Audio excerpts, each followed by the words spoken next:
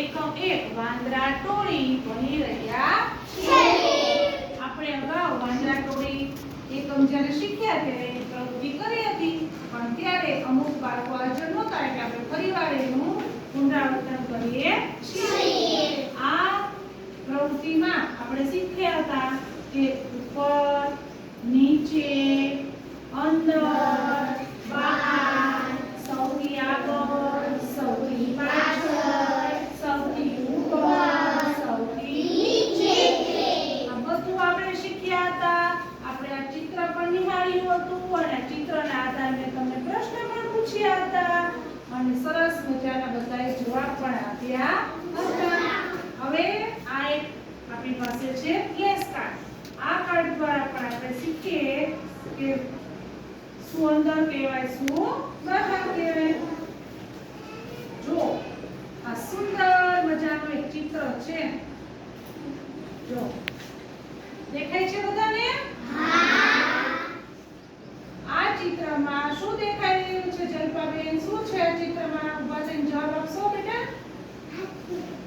હાથીભાઈ છે. શું છે? હાથીભાઈ. સરસ. તો ચાલો, તળાવ છે ત્યાં તળાવની અંદર કોણ ઊભું છે અને તળાવની બહાર? તળાવની અંદર કોણ છે? તળાવની બહાર કોણ છે? શ્વેતાબેન? હાથી અને હાથીના બચ્ચા. તો તળાવની બહાર કોણ ઊભું છે? સાહિલભાઈ? એક ફેમિલી, એમાં એના માતા પિતા, બાળકો બધા ઊભા છે ને? સરસ. ચાલો, પછી હાથી નાના નાના બચ્ચા છે. હવે આની અંદર જુઓ તો આ ચિત્રમાં શું દેખાઈ રહ્યું છે? સાક્ષી બેટા? બસ છે. ચાલો, તો બસની અંદર કોણ બેઠા છે અને બસની બહાર કેટલા વ્યક્તિ બેઠા છે? બસની અંદર કોણ છે?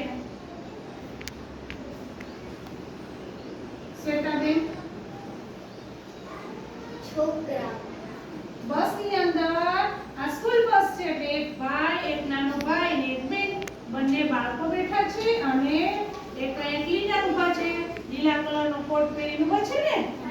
બસની અંદર છે. તો બસની બહાર પણ જો તમે છે ને બધા? પછી બસની બહાર વૃક્ષો છે, પછી નાના નાના રોપા છે ને બધું? જો આ બધા ફ્લેશ કાર્ડ છે એ બધા આપણને શેના માટે આપ્યા છે? અંદર અને બહાર. હવે આપણે બધાને હું એક એક કાર્ડ આપું છું. તમારે તમારી પાસે રાખવાનું છે. પછી મને બબે વચ્ચે રાખો. પછી મને જોઈને કહેવાનું છે કે તમારી પાસે જે ચિત્ર છે એમાં અંદર શું છે અને બહાર શું છે. આ રીતે આપણે ફ્લેશ કાર્ડના ઉપયોગ દ્વારા શીખી શકીએ છીએ. તો કેટલા સરસ આવ્યા છે બધા ફ્લેશ કાર્ડ. આ છે એની અંદર તરતની પહેલા અને તરતની પછી. આપણે શીખ્યા ને કે કયો કાચબો છે એ આગળ છે, કયો એની પાછળ છે. જો આની અંદર જુઓ તમે, તરતની પહેલા કોણ છે? આ બેનની તરત પહેલા કોણ છે? એક ભાઈ છે. અહીંયા આ બેનની તરત પછી કોણ છે? એક ભાઈ. બરાબર છે? એટલે આની તરત પહેલા આ બેન કહેવાય, આની તરત પહેલા આ બેન કહેવાય, આ બેનની પહેલા તરત પહેલા આ ભાઈ કહેવાય. આ ભાઈની તરત પછી આ બેન કહેવાય, એની તરત પછી આ અને એની તરત પછી આ રીતે આપણે તરતની પહેલા અને તરતની પછી પણ શીખીશું. જો એના માટેના પણ ખૂબ સુંદર ફ્લેશ કાર્ડ આપ્યા છે. સમજાણું?